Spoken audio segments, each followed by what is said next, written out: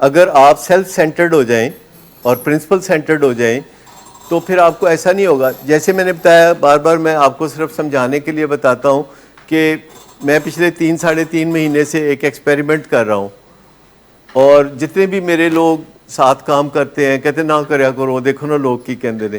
میں کہ یار مینوں کچھ بھی نہیں ہوندا, تانوں کی ہوندا ہے؟ مطلب جو میرے ساتھ کام کرنے والے ہیں یا جو میرے فیملی ممبر ہیں وہ مجھے کہتے ہیں کیا کرتے ہیں آپ, یہ لوگ دیکھیں کیا کہہ رہے ہیں. تو میں کہہ رہے نہیں, مجھے تو کچھ محسوس نہیں ہوتا. اور یہ کچھ نہ محسوس ہونا جو ہے یہ وقت کے ساتھ ساتھ بڑھتا جا رہا ہے.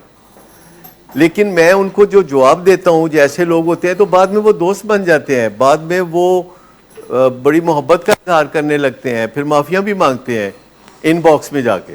تو میں کہنی یہ معافی جڑی تسی ان باکس جا کے کر رہے ہو نا, اوتھے ہی جا کے کرو. بلکہ اب تو بیچ میں بہت سارے ایسے لوگ ہیں جو کہ خود ہی تڑپ کے میری طرف سے جواب دینا شروع کر دیتے ہیں. نیت تو یہ نہیں ہوتی, جب آپ کوئی ایسی بات کرتے ہیں تو اس کا کوئی پرپز اچھا ہونا چاہیے. مثال کے طور پر جب ہم کوئی بات کرتے ہیں, پوسٹ لگاتے ہیں کوئی, تو ہم اپنے انوائرمنٹ میں کوئی میسج دینا چاہتے ہیں, کوئی خرابی ہے جس کو روکنا چاہتے ہیں, کوئی نقصان ہے جس کو روکنا چاہتے ہیں. کیونکہ ایک بندہ ہے جو کہ اپنی کسی غلط فہمی کی وجہ سے آپ کا یا معاشرے کا یا پاکستان کا نقصان کر رہا ہے, اور آپ عزت سے حق سچ کی آواز صرف اٹھانا چاہتے ہیں کہ یہ کام ٹھیک نہیں ہے.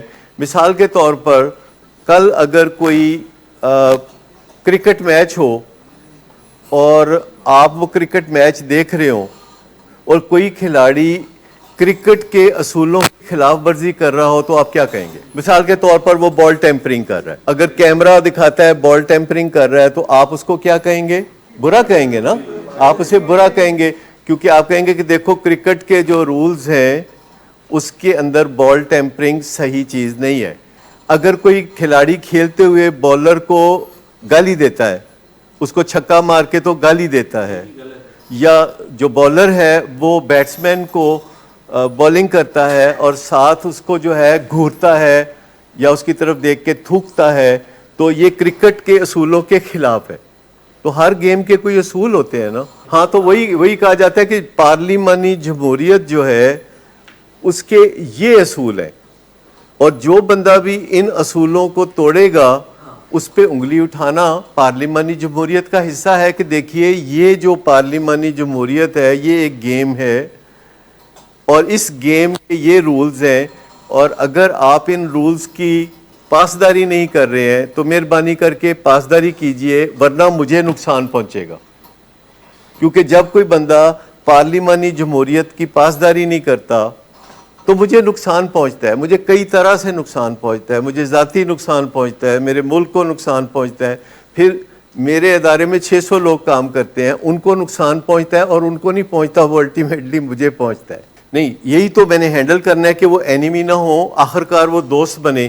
تقریباً 1 ہفتہ لگتا ہے, کیونکہ میں تو اس کو واچ کر رہا ہوتا ہوں نا, کیونکہ جب بھی کوئی کمنٹ کرتا ہے تو میں پیچھے جا کے دیکھتا ہوں کہ یہ بندہ کون ہے, اور میں دیکھتا ہوں کہ یہ کرتا کیا ہے, اس کی بیک گراؤنڈ کیا ہے, اس کا پس منظر کیا ہے. تو میں اس کو جو جواب دوں گا تو میں اس کو جواب ویسا نہیں دوں گا جس سے کہ اس کو غصہ آئے, میں اس کو جواب ویسا دوں گا کہ جس سے غصہ نہ آئے, تو پہلے جیسے ہی رہے, چلے پہلے جیسے ہی رہے. اچھا, جب آپ 2-3 دفعہ ایسے کریں گے کہ اگلے بندے نے اچھل کے کوئی حملہ کیا ہے اور آپ نے دھند بن گئے ہیں, آپ نے اس کو ریئیکٹ نہیں کیا, تو اس کو پھر خیال آتا ہے, پھر اس کو شرم آتی ہے, پھر وہ بیچ میں خود ہی سر لکھنا شروع کر دیتا ہے, پھر وہ کہتا ہے جی وہ میں نے بدتمیزی کی تھی ان باکس میں جا کے.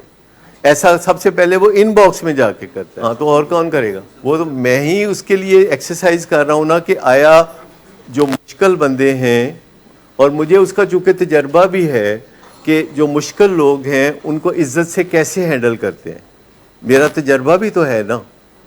آپ دیکھیے کہ آپ لوگوں کے ساتھ جو 45 ایئرس کا تجربہ ہے کہ جب بھی آپ نئے نئے آتے ہیں تو آپ تھوڑا مشکلات پیدا کرنے کی کوشش کرتے ہیں, تو پھر پیار سے ہی ہینڈل کرنا ہوتا ہے نا. تو یہ جو صلاحیت ہے یہ بڑھاتے رہنا چاہیے نا, کیونکہ مشکل سے مشکل چیز ہوتی رہے گی اور آپ اپنی صلاحیت بڑھاتے رہیں گے, ورنہ تو بندہ دکھی ہو کے مر جائے. مجھے یہ بتائیے کہ ایک گھر میں ایک نشے کا مریض ہوتا ہے تو ماں باپ کا کیا حال ہوتا ہے, کتنے دکھ میں ہوتے ہیں. تو ہمارے تو اتنے سارے بچے ہیں, تو پھر کیا ہوگا؟ تو پھر ان کو ٹیکنیک سے ہینڈل کرنا ہے نا. اور یہی ہم ماں باپ کو سکھانا چاہتے ہیں کہ دیکھیے آپ اتنی محنت کرتے ہیں, اتنے پاپڑ بیلتے ہیں, اتنی انویسٹمنٹ کرتے ہیں, اخیر میں آپ دکھی کے دکھی بھئی کائے کو. تو پھر فرق آنا شروع ہو جاتا ہے. تو آپ کو میں یہ کہتا اتنا آپ نے سیکھا ہے, ابھی تک آپ تکلیف میں کیوں ہیں؟ اور میں آپ کو بتاؤں کہ اس بات کو تسلیم کر لینے میں کوئی حرج نہیں ہے کہ آپ نے اپنے آپ کو مینیج کرنا ہوتا ہے. یہ جو اپنے آپ کو مینیج کرنا ہے, ایک دفعہ جب آپ اپنے آپ کو مینیج کر لیتے ہیں تو آپ کے لیے بہت آسان ہو جاتا ہے اپنے بچوں کو مینیج کرنا. اور بچے جو ہیں چونکہ ہمیں بہت پیارے بھی ہوتے ہیں تو ہمیں ان کی ویلفیئر کا بھی خیال رکھنا چاہیے. اگر نو کہنے میں ان کی ویلفیئر ہے تو پھر یس مت کہیں. اگر آپ کو پتہ ہے کہ ان کی ویلفیئر نو کہنے میں ہے, اور مجھے بھی آپ کی طرح یہ مشکلات پیش آتی ہیں, لیکن پھر وہ کرنا پڑتا ہے. کبھی کوئی بچہ کچھ فرمائش کر دیتا ہے, یہ جو نہ کرنا ہے اس کے بعد دل دکھی ہو جانا اچھی بات نہیں ہے.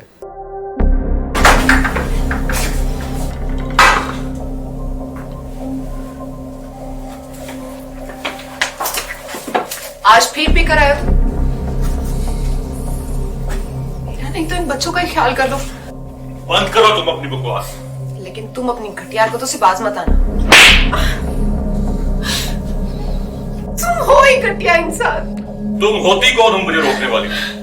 تمہارے باپ کے مال کی پیتا ہوں کیا؟ شراب نوشی کی وجہ کردار کی خرابی نہیں, موڈ کی خرابی ہے. شراب نوشی کبھی بھی نشے کی بیماری میں بدل سکتی ہے. نشے کی بیماری ہر سٹیج پر قابل علاج ہے. مدد حاصل کیجیے کیونکہ وہ ایسا نہیں کرے گا. ولنگ ویز سے مدد حاصل کیجیے, کہیں سے بھی مدد حاصل کیجیے, لیکن فوری مدد حاصل کیجیے. جس معجزے کے انتظار میں آپ نے بہت دیر کر دی اب وہ دستک دے رہا ہے.